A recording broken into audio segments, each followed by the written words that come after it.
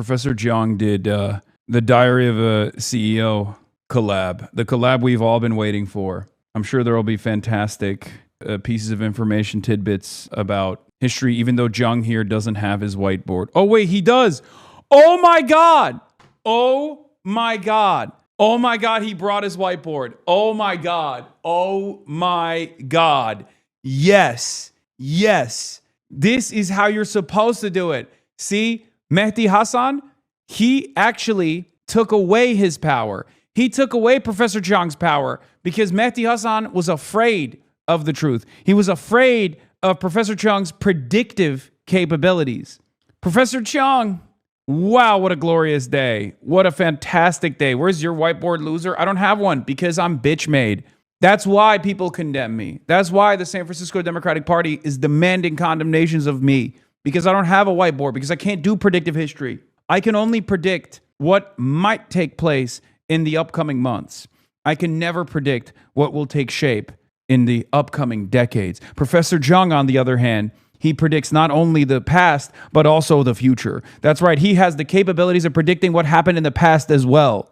Polymarket fears this man. That's not a prediction. Shut up. It is when predictive history is what we're talking about. Professor Jihad, me, no whiteboard. Professor Jiang, predictive history, yes, whiteboard. Pax Americana, Pax Islamica, and maybe even, what is it? Pax Judaica? Is that what he says? Yeah, that seems a little bit anti-Semitic, so I'm not going to go there. But Professor Jiang, he'll go there. A wise sage, wise beyond his years. My goat, Professor Jiang. World War III has already begun. Let me explain. In 2024, you made 3 predictions that have come perfectly true, like Trump would start a war with Iran. And you've made a series of new predictions. Yes, and I'll explain each prediction one by one. Okay, so first, I predict that Trump will get a 3rd term. But isn't this constitutionally illegal? It's not. The president now has emergency war powers, and so he can actually delay the election. My second prediction is Iran is now a forever war, and the United States will institute a national draft,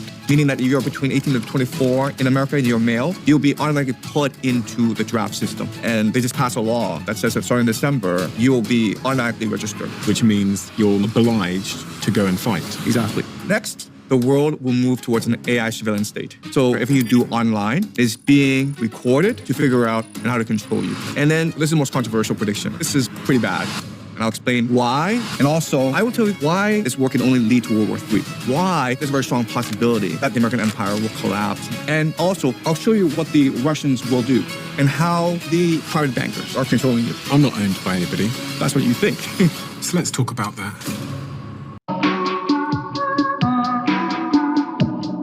And you've blown up across the internet because you've been able to demystify all of this craziness, but also because in 2024, you made 3 predictions that have come perfectly true. Some might say, unfortunately. Unfortunately, yes. What were those 3 predictions? My first prediction was that Trump would win in November 2024. Second prediction is that he would start a war against Iran. And the third prediction is that the United States would lose this war. And in losing this war, this would radically reshape the geopolitical landscape. How did you know that Trump would start a war with Iran? The simple answer is this. The United States have invaded Iran because it has no choice in the matter. If it were not to invade Iran, it would lose its empire. Its empire is based purely on the US dollar, the petrodollar, which is a Ponzi scheme. If it did not invade Iran, then people would choose not to trade with it anymore. People would choose to not buy US treasuries. Why? For the longest time, this system worked fine. But then in February 2022, Russia invaded Ukraine. Yeah. Okay. That was not the issue.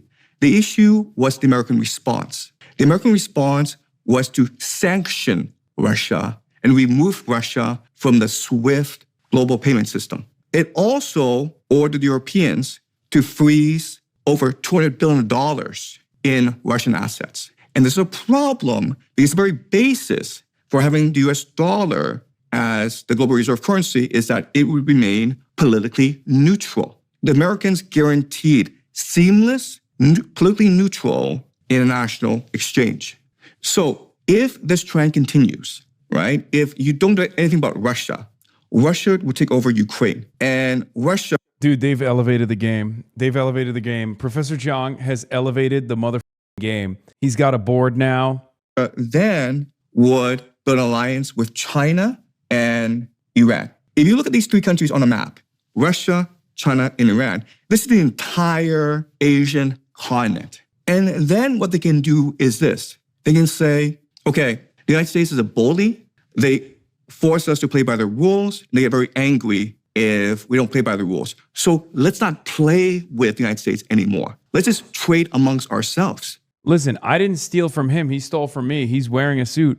I don't have a whiteboard, but he has a suit now. Who's stealing from who? And then what they can do is they can build a Eurasian railway system connecting Russia, Iran, and China together. And then what this would do is negate American sea power, because it's American ships that patrol and protect the oceans. And then what would happen is the world, Europe, Middle East, Africa, India, East Asia, would look at this trading bloc and think to themselves, wow, these guys, the Russians, Iranians, and Chinese, they use gold as their medium of exchange. Gold is valuable. The Americans, on the other hand, use US dollars as the medium of exchange, which is not valuable. So am I better off with the American system or with this new BRICS system? What's BRICS? It's an acronym. It stands for Brazil, Russia, India, South Africa, China. So am I right in thinking, because Iran, Russia, and China were colluding, it threatened US dominance, which is driven by the world using the dollar as the primary currency for trading? That's correct. Okay, so they felt they needed to invade because then they can control more of the Middle East? Right. So by attacking Iran, certain things happen. Okay? The first thing that happened is that China is now cut off from Middle East energy. China receives anywhere between 50 to 6% of its energy needs from the Middle East. Not just Iran, but also Qatar and Saudi Arabia. A lot of people say that China today, it's reliant on renewables, solar, wind, and that's true to a certain extent. But remember that China, it is an industrial powerhouse. So it needs energy from everywhere and everyone. So the fact that China is losing all this energy from the Middle East presents China with a long-term strategic vulnerability. I mean, that's the first thing that happened. The interviewer doesn't know what BRICS is. I mean, he might, but he's probably doing it so that Professor Jiang explains it.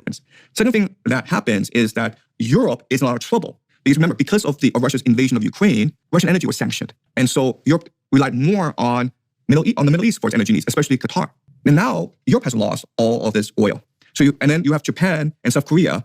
These two powerful East Asian economies are also reliant on the Middle East for its energy. So now the question is, if you're not getting your energy from the Middle East, where can you get your energy from? And there's only two answers, either Russia or the United States. Russia is at war. And what's happening is the Ukrainian drones are attacking Russian oil refineries and export hubs. So the world in the short term has no choice but to look to America for its energy needs.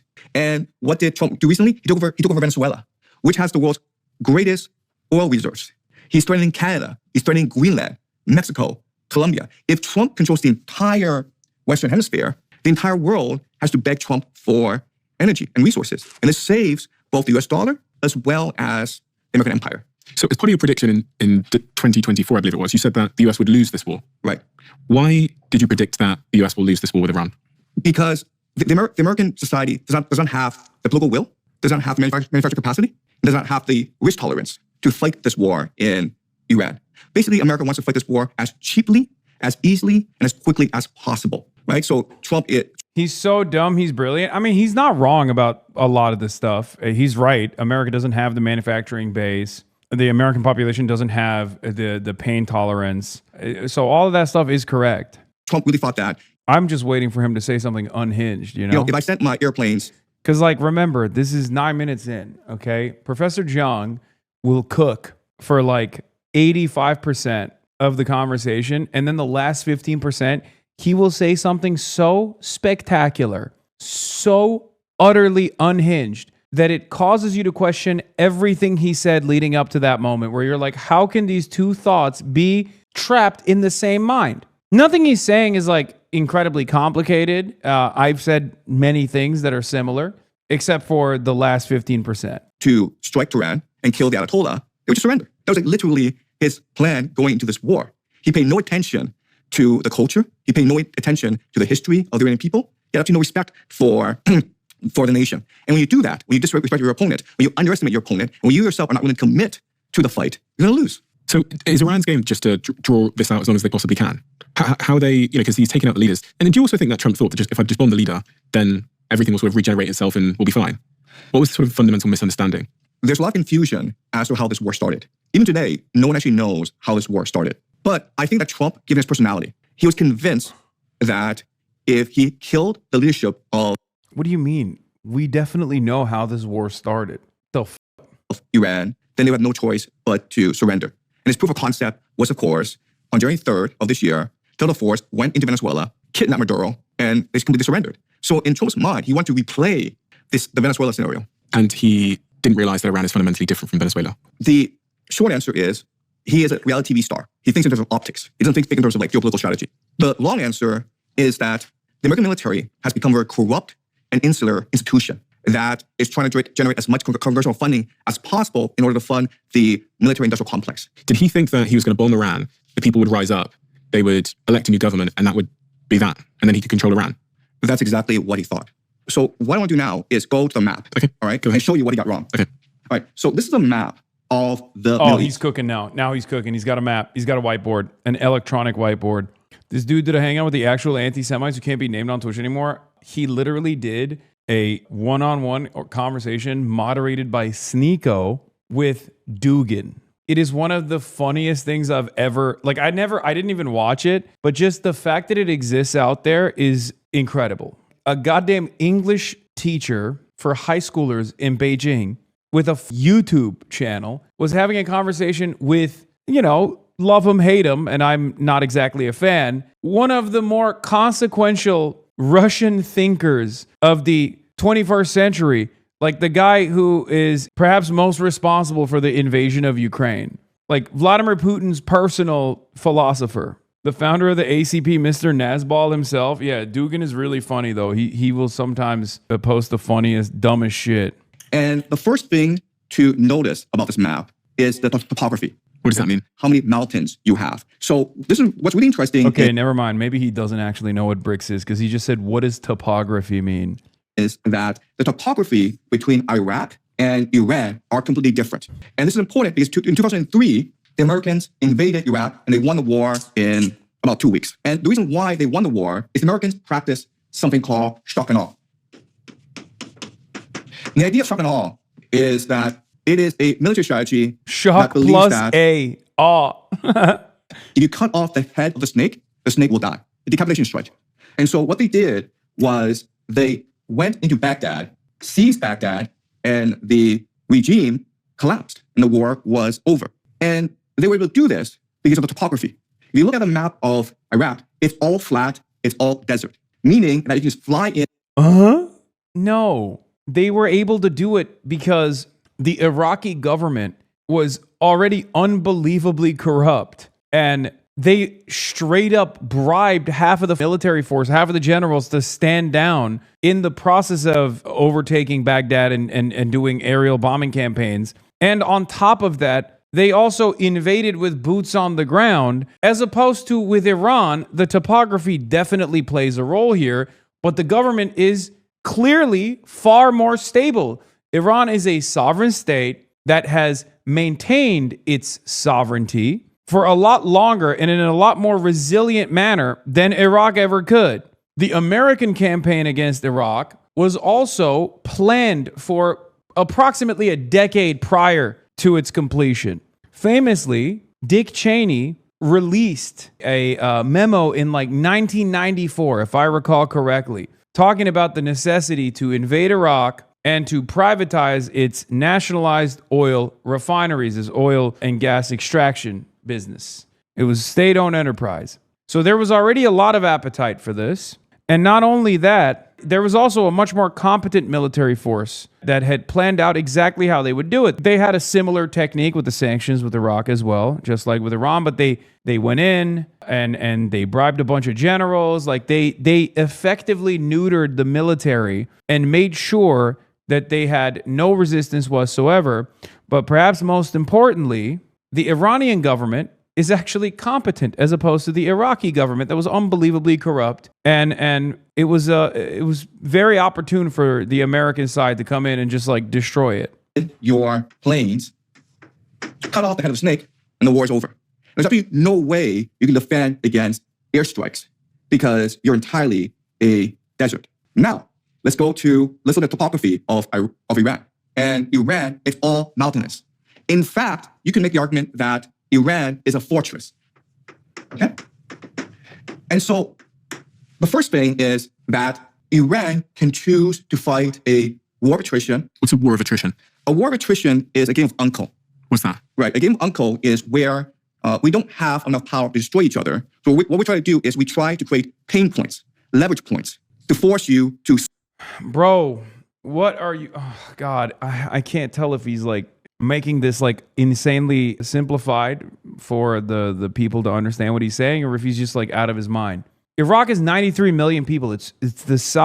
Iran, is 93 million people. And by land mass, it is 3.8 times the size of the country of Iraq. And the topography actually does play a major role here. It also occupies the largest coastline of the Persian Gulf. So on top of that, for 47 years, they have worked with the North Koreans to develop these incredibly sophisticated underground bunker systems, underground missile production facilities, underground silos, with the knowledge that Americans would inevitably come and try to blow them up. And they made these virtually impenetrable fortresses, taking advantage of the mountainous regions, but also on top of that, building deep underground. And that's precisely the reason why their missile stockpiles have not diminished in the way that the American side claimed they had. There is no other country, with the exception of North Korea, that can withstand an aerial campaign from the largest, most powerful air force on the planet, the United States of America's Air Force. There's no other country that can do this. Iraq certainly didn't have any of those facilities. Iran is in a unique predicament for that reason. Iran is uniquely positioned to deal with an American aerial bombardment campaign with the knowledge that America will never actually turn around and militarily invade Iran because it's 93 million people, and the force necessary, the troop presence necessary, would require a draft. Submit to cry uncle, right? So because Iran is too large, and that's 92 million people, it's impossible for the Americans and Israelis to destroy Iran. So what you're trying to do instead is bomb enough targets so that they recognize that resistance is futile and surrender. Okay? That's the extent of the strategy. But again, the problem with this is that, one, Iran is much too big. Number two is that it is a mountain fortress, which means that you can hide your weapons and your military inside mountains, right? Which allows you to conduct a guerrilla warfare strategy against your opponent. And this is exactly what Iran is doing right now, where their underground missile bases are hidden inside the mountains, and then they're able to strike targets throughout the Middle East. Primarily American bases, but also energy installations that are key to the American petrodollar system. And so it's a game of uncle where the Americans are trying to create as much damage as possible in the Iranian nation, and Iran, in response, is trying to destroy as much Glorping? Sorry, I don't know why. of the global economy as possible to force the world to pressure America to call the war off. So that's the situation we are facing right now. Second thing that Trump got wrong is how vulnerable the global economy is. Because the Iranians control something called the Strait of Hormuz. Okay? And as you can see on this map, the Strait of Hormuz, it's a very, very narrow piece of land. It's only about 33 kilometers across. You can actually swim across the Strait of Hormuz. Okay? And what is important is the GCC exports 20% of the world's energy. The what? The Gulf Cooperative Council. Okay? So the Gulf Cooperative Council are certain nations in the Middle East that align politically. So they include Qatar, Saudi Arabia, the UAE, Oman, Iran, Kuwait. They've been exporting energy, but not just energy, but also a lot of byproducts of energy production, including fertilizer, to the world, primarily East Asia and India. In return, they've been getting food back. So most people don't appreciate this, but the GCC actually imports 89% of its food needs. And the reason why is that they become so rich these past few decades that the populations have blown up. And as a result, they have to feed their population, but they don't have agricultural resources. They also don't have water resources. And so they have two major vulnerabilities, which is food and water. And they have a lot of desalination plants around the area. And so it's a desalination plant. Okay. So a desalination plant takes Oh my salt water God. from the seas and then food and This guy is crazy. He's asking every question. I can't tell if this is like him being a good interviewer or if he's just like genuinely clueless. I mean, no disrespect. I met the guy in Qatar. He seems like a nice guy, but that's crazy. He's like he's just like a baby. I feel like it's got to be an interviewer technique, right? No, he just understands his audience. No, it's a part of the thing. Okay. Electrochemical process turns it into potable water that people can use for drinking purposes and for agricultural purposes. Okay. Right? So as you can see, the entire area, it is extremely vulnerable to drone and missile attacks from Iran. So that's the second thing that Iran has done, which Trump did not expect. He didn't expect that the Iranians would close off the Strait of Hormuz. And how the Iranians were able to close off the Strait of Hormuz was just by threatening to attack any ships that wanted to cross it. The reason why is that these ships depend on maritime insurance in order to operate. But if there's a risk, a very high risk of being destroyed, then you will not get insurance. Okay. So it's not that the Iranians have said to these ships you can't cross, it's just that the insurers refuse to allow these ships to cross because it's too dangerous. And Trump didn't, you think they'd consider this before they started bombing Iran, that Iran would have some leverage in shutting down such a critical piece of water for, shipping fertilizer, energy, etc. You think that they would have known this? Right. So that's what a lot of people say, that Trump's stupid. Yes, they did know this, for the record. They absolutely knew this. Anyone that tells you that the Trump administration had no idea is out of their dang minds. Of course they knew about it. That Trump is hot-headed, that he was misled by the Israelis. And there's good evidence to support this. But I want to show you something. Okay? It's called the National Defense Strategy. All right. And so this is a document that was published by the Department of War. And in it, it explains what the American strategy to maintain global dominance is. And in the introduction, what it says is that for too long, America has been bullied by the world. America is a nation that protects the world. Yet Europe, East Asia, takes advantage of American generosity. The Europeans don't pay for their defense, and so they put all this money into welfare, into their pension system. The Chinese have been giving America a bad trade deal. The Chinese steal American technology and then use it to make products that they sell back to the Americans.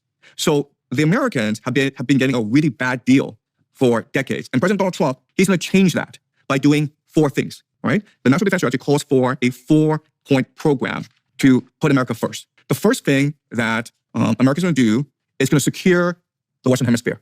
Why? Because the Western Hemisphere belongs to the United States. When you say the Western Hemisphere, what do you mean? What region is that? Is that Canada as well? So if you look at the map, we can divide the map into the Eastern Hemisphere, okay, and the Western Hemisphere. Okay, so everything over here. Everything, Mexico. including Greenland, including Canada, including Mexico. Every part of this area belongs to the United States. Therefore, you cannot trade with any of these countries without American permission, without paying a tribute to the Americans. And this is why that the Americans have parked 1/3 of their naval assets in the Caribbean today. It's to tell. By the way, everything he's saying here is correct. I mean, it's incorrect as far as like the American posturing, but it is correct. I've read this document. That's where they also clearly spell out that they're going to do the Don Roe doctrine, right, to dominate the Western Hemisphere. So that part is correct. What's incorrect about it is the American assessment that, like, China's stolen our IP to steal, to sell back shit to us, and like Europe is able to spend endless money on their welfare state because we have their protection paid for. And yes, the guy who asked what's the Western Hemisphere is, I can't tell if he's asking those questions because he sincerely doesn't know, or if he's asking for his audience. I assume he's asking for his audience. The Chinese and the Russians back off. If you want to come here, you either pay a tribute or you'll be attacked. Okay, that's the first point of this strategy. The Western Hemisphere belongs to America. Something that they call the Don Roe doctrine, okay, which is Trump's corollary to the Monroe doctrine. Okay, so that's point 1. Point 2 is that America wants to reimagine its relationship with its allies. Basically, NATO needs to pay for its own defense.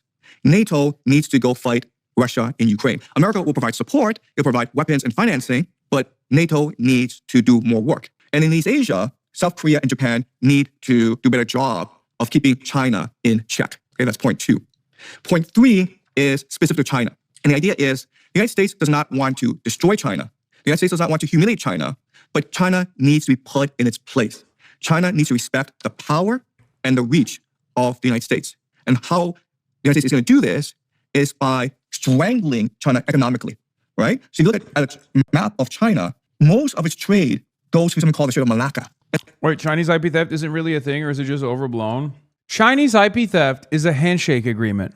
Do you think that since we started trading with China, that all of these companies were not aware that China was just like recreating the same technology with Chinese names? Like, do you think that they just like caught them by surprise? No, they all knew, but they wanted to take advantage of the cheap labor.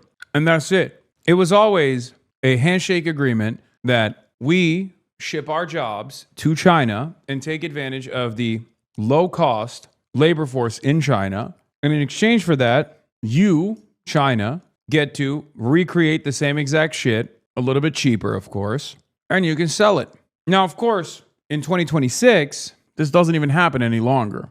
Actually, roles have been reversed, where we are looking at Chinese tech and we are choosing to steal Chinese EV tech, for example, because China is now a leader in electric vehicle technology. The Strait of Malacca is the most important maritime choke point in the world. All America has to do is park naval carriers inside the Strait of Malacca, and China will lose 90% of its energy exports. But if they parked them there, China would still go through, no? No, because you have to go for the Strait of Malacca. So America has something called the first island chain. Okay, and the first island chain prevents China from reaching the Pacific Ocean. The first island chain includes South Korea, Japan, Taiwan, the Philippines, and Malaysia. That blocks China from reaching out into the Pacific. So in order for it to access trade, it has to go through the Strait of Malacca. And through the Strait of Malacca, it can access India, Africa, and the Middle East. Okay. Right? And so by positioning naval carriers inside the Strait of Malacca, it creates a blockade, and China would have to pay a toll in order to access the Strait of Malacca. And the fourth one? And the fourth one is to reinvigorate America's defense manufacturing sector. So supercharge the US defense industrial base. That's exactly correct, yes. Yeah. All right. So what this means is that the Pentagon, a few weeks ago, went to Detroit and talked to Ford and General Motors and said, you know what, because of this war in Iran, we might need you to stop making cars and start making more munitions and drones. How do you know they said that? They published it? They published it, yes. Really? Yes. So the United States went to Forbes and GM and said, we might need you to start making weapons with your factories. Yes, and they're happy doing this because the profit margins are much greater for weapons than for cars. This is the Pentagon, so you can charge them as much as you want, and they'll pay for it. Whereas you make cars, it's for the consumer market, and they may not buy your cars, right? So you're like Ford or General Motors. The best deal in the world is to go make weapons for the Pentagon to fight these wars in the Middle East that can go on for forever. So we're in a situation where, okay, look, if you read the news, if you talk to a lot of people, Trump's an idiot. And this war in Iran makes no sense at all. But then if you just read the National Defense Strategy that is on the Department of War website, and anyone can go there and download it for free and read themselves, it's a very clear roadmap of what America needs to do in order to maintain.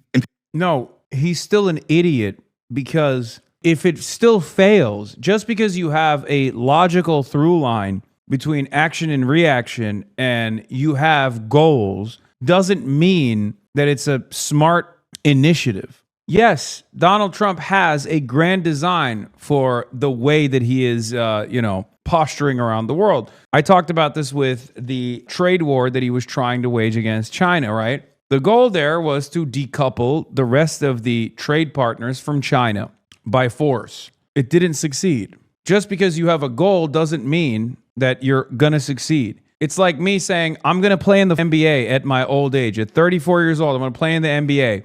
That's my goal. How am I going to achieve that? By eating donuts, shooting a couple basketballs 3 times a day, and then eating donuts every day. Okay, I have a goal in mind. I set out on this adventure, but I didn't take the necessary steps, and I don't even have the solid fundamentals to be able to ever play in the NBA. Just because you have a goal in mind doesn't mean that it's smart to implement. You see? You understand? Hegemony. And so let's just summarize the major points. The first major point is to maintain control over the Western Hemisphere and create a fortress America. Which is why he invaded Venezuela, and he says he's going to invade Cuba. Exactly. And also Greenland. Look at all the countries that he's named over the past year. Greenland, Canada, Mexico, Venezuela, Cuba, Colombia, Nicaragua, Honduras. It's all the Western Hemisphere, right? And they're all together. Second point is to create divide and rule all around the world.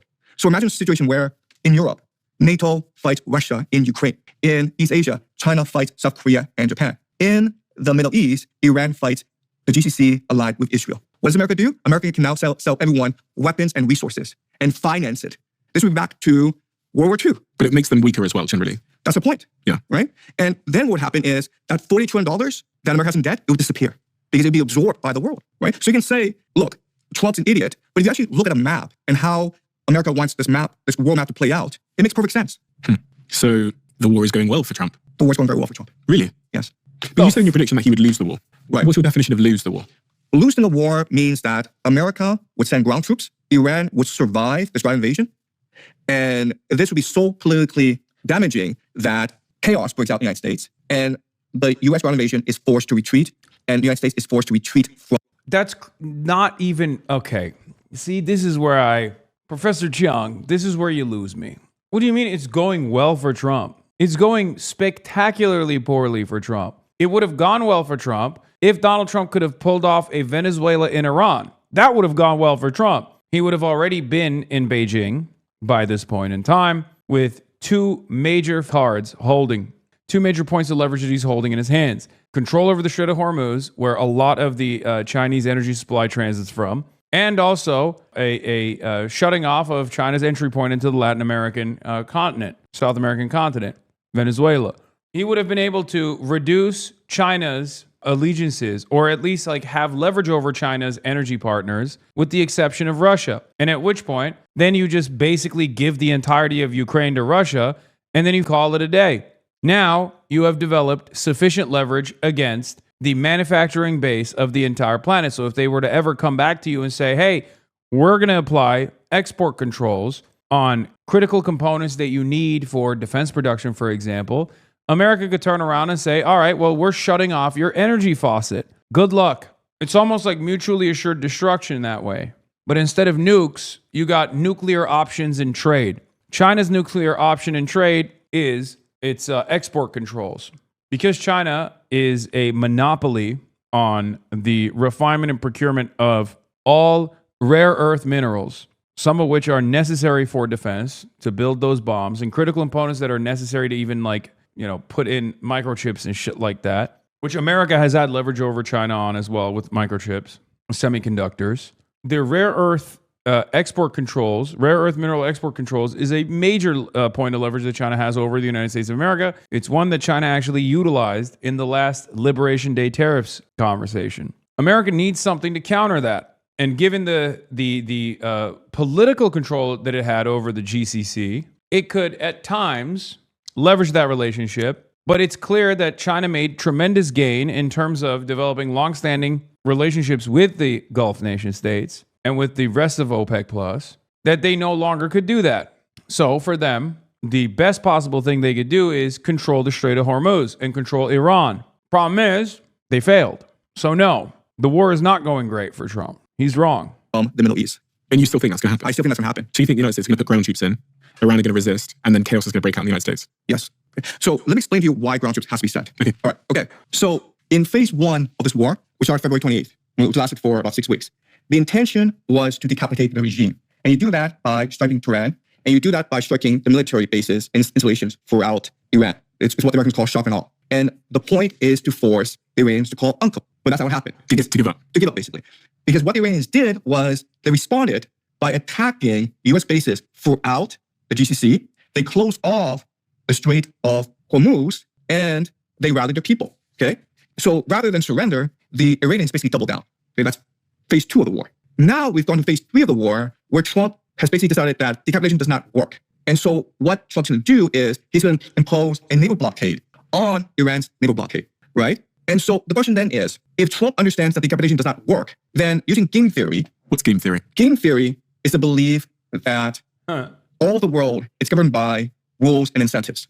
And once you understand the rules and incentives, you can predict how people behave. Because people will always behave according to their best interests. So in geopolitics, the nation states are individual players. And each nation state is trying to use its resources and its advantages in order to pressure other nation states to obey it. Okay? So Trump recognizes that the Iranians have closed off the Strait of Hormuz, but not only that, but the Iranians could also use the Strait of Hormuz to finance the war, meaning that now they're forcing ships to pay a toll, about $2 million, in order to cross it. And so this is a huge advantage for the Iranians. And so Trump has said, no, I'm going to blockade your blockade, negating Iran's advantage over the Strait of Hormuz. So we think about it, again, using game theory. I want to discuss what the Americans will do in order to force the Iranians to capitulate. Okay? So I would say there's a 3-point strategy. The first strategy is economic strangulation. You basically destroy the state's capacity to finance the war. And there are 2 ways that Iran is financing the war so far. The first is using oil exports, right? 90% of Iran's oil goes to China. And this is Karg Island. Okay, this little spot here is Karg Island. And this is where Iran will export 90% of its oil overseas. That's the first mechanism. Second mechanism is the Strait of Hormuz, where the Iranians now can collect tolls, right? So what you have to do is you have to eliminate both of these finance mechanisms. You can close off both with a naval blockade, okay? So that's strategy 1. Strategy 2 is you need to create as much chaos within Iran as possible. You want to turn this fortress into a prison. And the way you do that is by stirring up ethnic tensions in the country. So if you look at a map, ethnic map of Iran, what you'll discover is that the Persian people are primarily in this area, in the middle of the country. But you go to the borderlands, okay, the border areas, it's primarily ethnic minorities. And there are two ethnic minorities in the country that have always been problematic for the government. The first problematic people are called bullocks here in southeast Iran by the Pakistani border. They have a history of insurgency against the government. Okay? Second people that have been problematic are the Kurds, who are primarily in the northwest of the country. So if you are the US government, if you are the military, your strategy is to establish forward operating bases in these areas. A forward operating base is a spearhead of the military, where you insert ground troops to hold an area in order to resupply, in order to push further into the territory. Okay, so a forward operating base would be the US putting troops into the northwest and the southeast, and then using that as a way to move forward into Iran? No, you don't want to move forward into Iran because it's too large. You don't have enough forces to move into Iran. What you want to do is this. You want to establish forward operating bases in these areas in order to arm and train ethnic insurgents that you can also finance as well. And you do this because you want to turn them into cannon fodder. You have to force a response from the Iranian military, right? So if they come in with the army in order to quell these rebellions, that's great because now you can use your air power to decimate the Iranian military. Your problem right now is the Iranian military is hiding inside mountains.